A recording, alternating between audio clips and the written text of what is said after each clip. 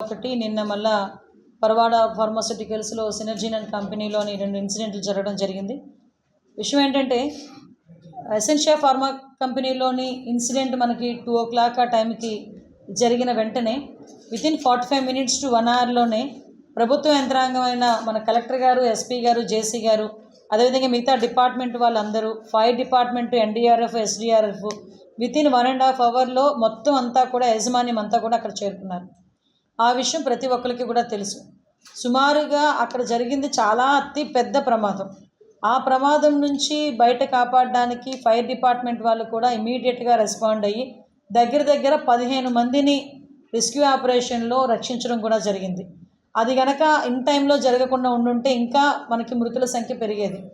సీరియస్గా ఇంజ్యూర్ అయిన వాళ్ళు ఒక 20 మంది, కొంచెం పాక్షికంగా ఇంజ్యూర్ అయిన వాళ్ళు ఒక 18 మంది కూడా ఉండటం ఈరోజు ఇప్పటికీ కూడా హాస్పిటల్స్లో ఉండటం అన్నది మనందరం కూడా చూస్తున్నాం.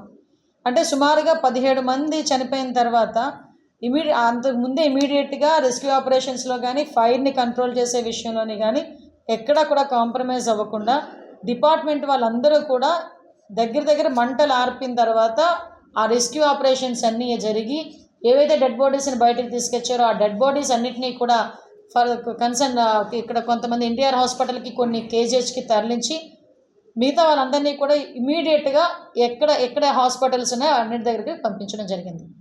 అయితే నన్ను కూడా గౌరవ ముఖ్యమంత్రి గారు అదే రోజు మాకు హోమ్ డిపార్ట్మెంట్ తాలూకా రివ్యూ జరగటం, రివ్యూ అయిన తర్వాత సీఎం గారు నన్ను ఆదేశించడం, ఇమీడియట్గా మనం బయలుదేరి వెళ్ళామంటే బై రోడ్ నేను నైట్ 12:30కి ఇక్కడ చేరుకున్నాను. 12:30 నుంచి మరుసటి రోజు చంద్రబాబు నాయుడు గారు వచ్చి వెళ్ళినంత వరకు కూడా నేను ఆ ఫార్మా కంపెనీ దగ్గర నేను కూడా స్టే చేశాను. అంటే సుమారుగా అక్కడ ఎటువంటి ఇబ్బంది కలగకూడదు, ఫర్దర్గా ఎటువంటి సంఘటనలు జరగకూడదు. అక్కడ జరిగిన వాటికి వాళ్ళకి సహాయ చర్యల్లో పాల్గొనాలి. నెక్స్ట్ డే సీఎం గారు వస్తానన్నారు. ఆ ప్రోగ్రామ్ కూడా మనం ఒకసారి దగ్గరుండి సార్కి అన్ని చూపించాలి, ఎక్స్ప్లెయిన్ చేయాలని ఒక మంత్రిగా ఉన్న నేను, కొనతాల రామకృష్ణ గారు మాతో పాటు ఎర్లీ మార్నింగ్ 5 o'clock వరకు మాతో పాటు ఉన్నారు. నేను ఎందుకు ఇవన్నీ చెప్తున్నానంటే నిన్న పులివెందుల ఎమ్మెల్యే గారు ఇక్కడికి వచ్చారు. వచ్చి ఉషా ప్రైమ్ హాస్పిటల్లో ఉన్న వాళ్ళని సందర్శించి బయటకు వచ్చి ప్రభుత్వ యంత్రాంగం పట్టించుకోలేదు, అధికారులు ఎవరు రాలేదు, మంత్రులు ఎవరు రాలేదు, మంత్రులు ఎవరు స్పందించలేదు. అంటే ఈయన సాక్షి టీవీ కాకుండా మిగతా ఛానల్స్ కూడా చూస్తే అసలు ఎవరు వచ్చారు అక్కడికి, ఎవరు స్పందించారు, ఎందుకు ఇమీడియట్గా ఏ సహాయ చర్యలు తీసుకున్నారన్న సంగతి తెలియకుండా ఏదో మైకులు పెట్టారు కదా, నాకు ఏదో సవాళ్ళ మీద పేరాలు వెళ్ళుకునే టైంకి వచ్చింది కదా, నేను వచ్చి మాట్లాడతాను అనుకుంటే కనుక అవ్వదు కదా. ఈరోజు మేమందరం అంత సిచ్యువేషన్స్లోని కూడా ఫైర్ డిపార్ట్మెంట్ వాళ్ళు లాంటి వాళ్ళు కూడా వచ్చి 15 మందిని కాపాడటం, ఎన్డీఆర్ఎఫ్, ఎస్డీఆర్ఎఫ్ వాళ్ళన్నీ కూడా క్లియర్ చేయటం, ఎక్కడ ఎటువంటి ఇబ్బంది లేకుండా కనీసం పబ్లిక్ ఏదైనా మళ్ళా కోపాలకి గురి కాకుండా వాళ్ళని కన్విన్స్ చేసుకొని ఇన్ని మేమందరం కూడా చేసి, అది కూడా ఏంటి యాజమాన్యం స్పందించలేదు. యాజమాన్యానికి సంబంధించి ఎవరు కూడా మా దగ్గరికి రాలేదు. అయినా కూడా ఇమీడియట్గా గవర్నమెంట్ అంతమంది చనిపోయిన వాళ్ళు ఉన్నారని గవర్నమెంట్ గబగబా స్పందించి అన్నీ చేసి చంద్రబాబు నాయుడు గారు కూడా ఆ కుటుంబాలకి ₹1 కోటి కాంపెన్సేషన్ కూడా అనౌన్స్ చేసి ఇమీడియట్గా ఎవరికైతే తీవ్రంగా గాయపడిన వాళ్ళకి 50 లక్షలు, అదేవిధంగా పాక్షికంగా గాయపడిన వాళ్ళకి 25 లక్షలు కూడా అనౌన్స్ చేయడం జరిగింది. అదే కాకుండా చంద్రబాబు నాయుడు గారు గౌరవ సీఎం గారు ఓ పక్క నుంచి మన డిప్యూటీ సీఎం పవన్ కళ్యాణ్ గారు ఎవ్రీ టైం మానిటర్ చేస్తూ, అర్ధరాత్రి వరకు మానిటర్ చేస్తూ, నెక్స్ట్ డే మార్నింగ్ అంత వర్షంలోని కూడా ముందు మెడికవర్ హాస్పిటల్కి, కేజీహెచ్కి వెళ్ళి వాళ్ళని పరామర్శించి మళ్ళా సీన్లోకి వచ్చారు. ఎక్కడైతే బ్లాస్ట్ జరిగిందో ఆ బ్లాస్ట్ జరిగిన ప్లేస్కి చంద్రబాబు నాయుడు గారు గౌరవ సీఎం గారు వచ్చారు. అక్కడికి వచ్చి మొత్తం అంతా పరిశీలించి అక్కడున్న అఫీషియల్స్ అందరితో కూడా రివ్యూ ఏర్పాటు చేసి తర్వాత పబ్లిక్ అడ్రస్ చేసి, ప్రెస్కి అడ్రస్ చేసి తర్వాత అక్కడి నుంచి ఆయన బయటికి వెళ్ళేటప్పుడు కూడా ఇమీడియట్గా కాంపెన్సేషన్స్ అందరికీ అందాలి అని చెప్పి ఆదేశాలు జారీ చేసి పంపించడం జరిగింది. 24 గంటలు గడవక ముందే, ఆయన అనౌన్స్ చేసిన 24 గంటలు గడవక ముందే ₹1 కోటి పరిహారము ప్రతి ఒక్క మృతుని కుటుంబానికి కూడా వెళ్ళింది.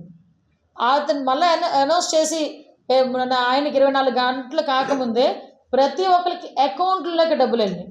మేము చెక్కులు తీసుకొని వెళ్ళివ్వడం కాదండి. ₹50 లక్షలు, తీవ్రంగా గాయపడిన వాళ్ళు 20 మందికి ₹50 లక్షలు, అదేవిధంగా పాక్షికంగా గాయపడిన వాళ్ళకి 18 మందికి ₹25 లక్షల చొప్పున ప్రతి ఒక్కరికి కూడా ఆర్టీజీఎస్ చేసి వాళ్ళకి ఆ కన్ఫర్మేషన్ పత్రాలు కూడా మేము ఇవ్వడం జరిగింది. ఇన్ని జరిగితే కాంపన్సేషన్ ఇవ్వలేదు, కాంపన్సేషన్ ఇవ్వకపోతే ధర్నా చేస్తాను. నువ్వు ధర్నాయే చేయాలంటే చాలా సంఘటనలు నేను చెప్తా, దానికి వచ్చి ధర్నా చేయి,